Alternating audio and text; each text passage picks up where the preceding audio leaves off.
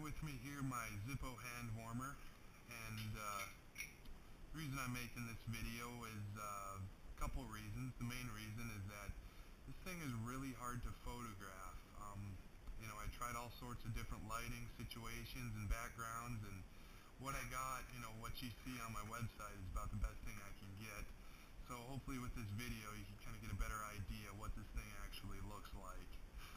The other reason is I kind of wanted to run through how this thing works, how you get it actually in working order. One thing I want to point out is the nice ping that it makes when you take the cap off and put it back on. It comes with this little baggie. When it's actually in operation, when it's warmed up, this thing controls the amount of oxygen the reaction site on this thing gets, and it it keeps it at a little bit cooler of a temperature and makes it last a lot longer. When this thing's filled up to the top, I've had it last around 14-15 hours, so that's pretty cool. But anyways, to get this thing working, it's not extremely user-friendly. I mean, especially compared to something that you could rip out of a little plastic baggie, give it a shake, and it's good to go. But as you'll read down below, that's not the reason I use it.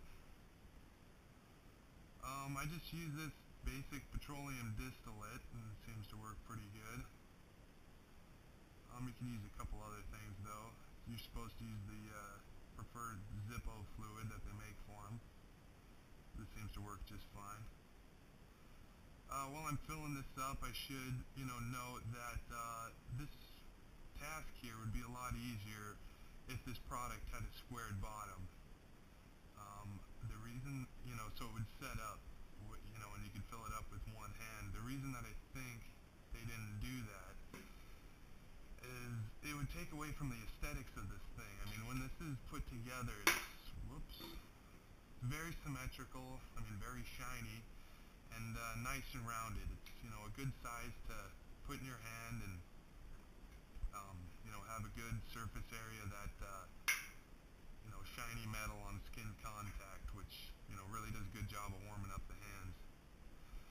Once that's done, take a lighter and light it up.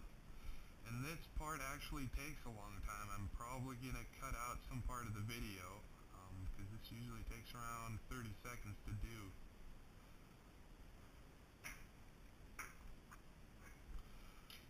Alright, so it's lit now. I'll try to turn these lights off so you can see what's going on in here.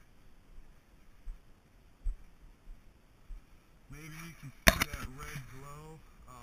That's all it is. It just burns in there. It uses capillary action to pull up fuel and slowly combust it.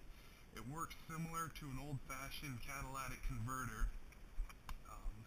before they moved into the new ceramics and titanium. This is basically just a fiberglass and titanium reactor area, and yeah, that's what it does.